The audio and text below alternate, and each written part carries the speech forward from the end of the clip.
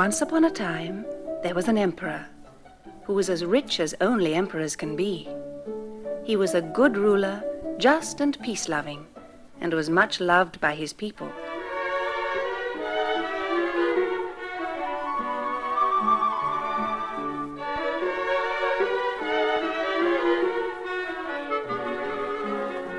But he was very particular about his dress and wore different clothes for every day of the week. Also, he had a special suit for every Sunday of the year, without counting national holidays and other special occasions.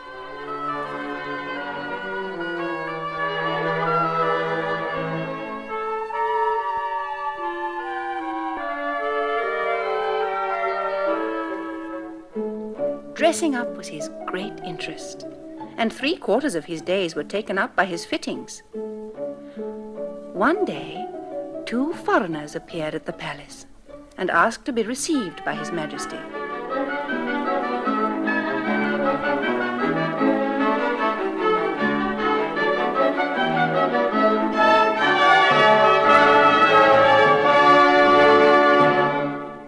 Speak to the Emperor, eh?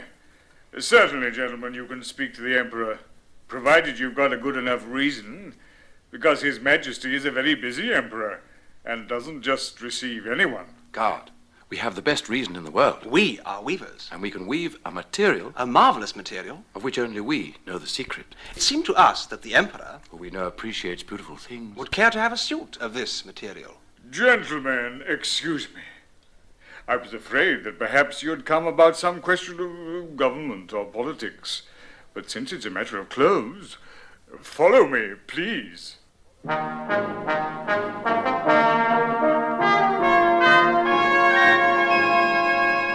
Introduced into the great room of state, the 2 weavers bowed, brushing the ground with the plumes of their hats.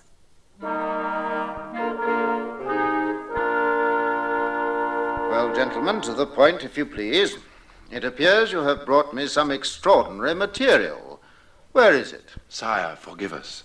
We have come from afar. And we did not wish our material to fall into the hands of any thieves or enemies of your Majesty. So we have come empty-handed. The uncanny formula in our heads. If your Majesty commanded, we could install ourselves in a room of the imperial palace. And we could weave for your Majesty a length of our marvelous cloth. And from this, we could make for your Majesty a wonderful suit. Wonderful, marvelous, uncanny. Would you mind explaining a little more? Sire, clothes woven from our material can only be seen by genuine, honest people. By people of intelligence with cultivated minds. And deserving the position they occupy. They are invisible to anyone stupid. Dishonest. Or simply unworthy of his occupation or title. This is really wonderful. Guards. Guards. Install these gentlemen in the finest accommodation you can. Get for them all the necessary weaving apparatus, wool, silk, linen, any sort of thread they may ask for. Gentlemen, to work.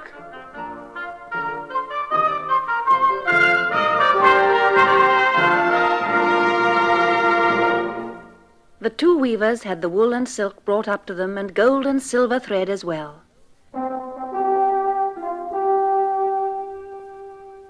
That day they were feverishly busy.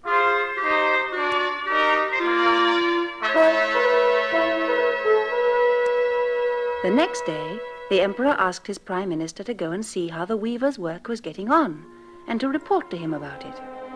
When the Prime Minister went into the room where the weavers were at work, he gaped in astonishment.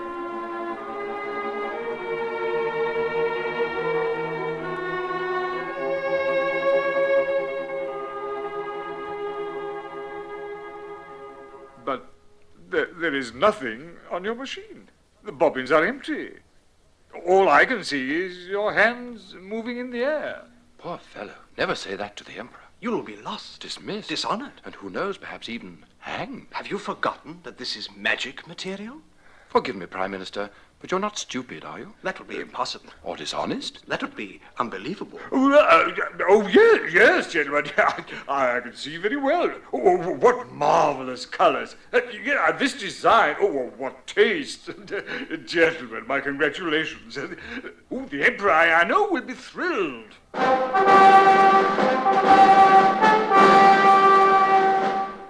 Prime Minister was not exactly easy in his mind. He gave the Emperor such an enthusiastic report that the Emperor, being very impatient, sent his Vice Prime Minister the following day to see how the work was progressing.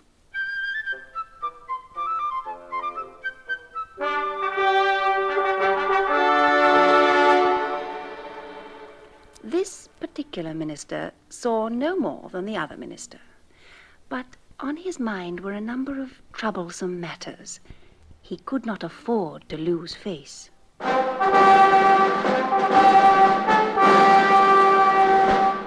Quite splendid, sire, truly splendid. All that red and that blue, those checks and triangles, those lines. Sire, you are already the monarch with the finest clothes in the world. But even you never have been dressed like this. And incidentally, sire, in order to finish off the garment, the weavers will require another half-ton of silver and gold thread.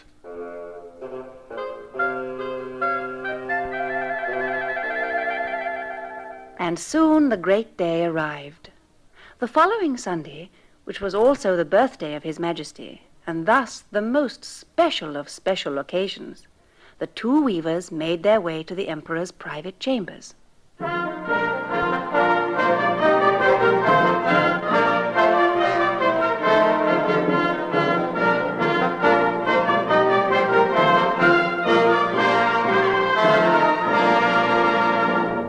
They walked in with their arms outstretched as if they were carrying clothing. The Emperor peered intently, but saw nothing. But the Prime Minister found himself saying, "How wonderful! Your Majesty, you must try it on immediately."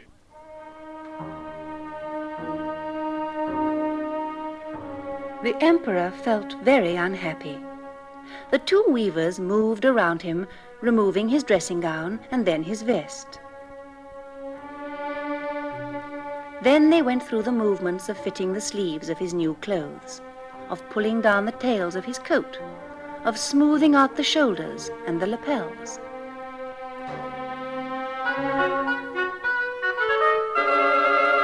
The Vice Prime Minister seemed transported with joy. What elegance, Your Majesty! What style! Sire, I throw myself at your feet. Your Majesty is 100 times more beautiful than ever before. If you would but gaze into this mirror. In the mirror, the Emperor saw nothing but his rather ridiculous figure, just as nature had made him.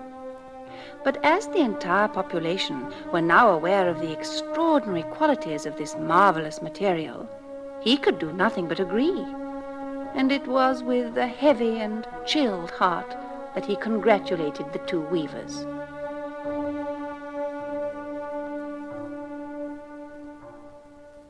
Congratulations, gentlemen.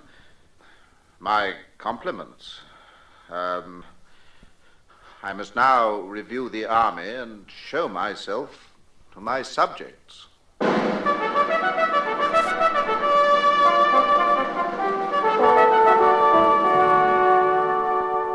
When he appeared on his balcony, the Emperor was so wildly cheered from those who had specially come to see his new clothes that he felt somewhat reassured. No one, it seemed, dared appear more stupid than his neighbor. Each one shouted with all his might cries of affection for their monarch. But he reflected somewhat sadly. It is not in my nature to be dishonest. I must, therefore, be an idiot. All the same, it's strange that there's not another idiot in my kingdom but me. Very odd. Very odd. I wonder. He was not able to wonder very long. At that moment, a small boy in the crowd shouted out loudly, "Daddy, tell me, why is the Emperor completely naked? Tell me, Daddy!"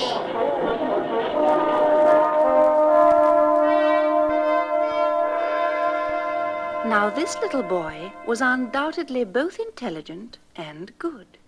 He was top of his class, and even wore a good conduct badge on his Sunday best clothes.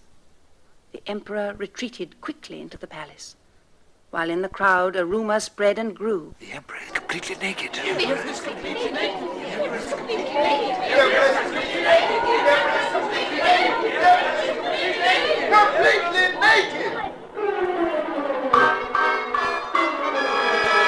Furious, the emperor put on his vest and dressing gown and ordered the 2 weavers to be brought to him, on their knees and with a rope around their necks.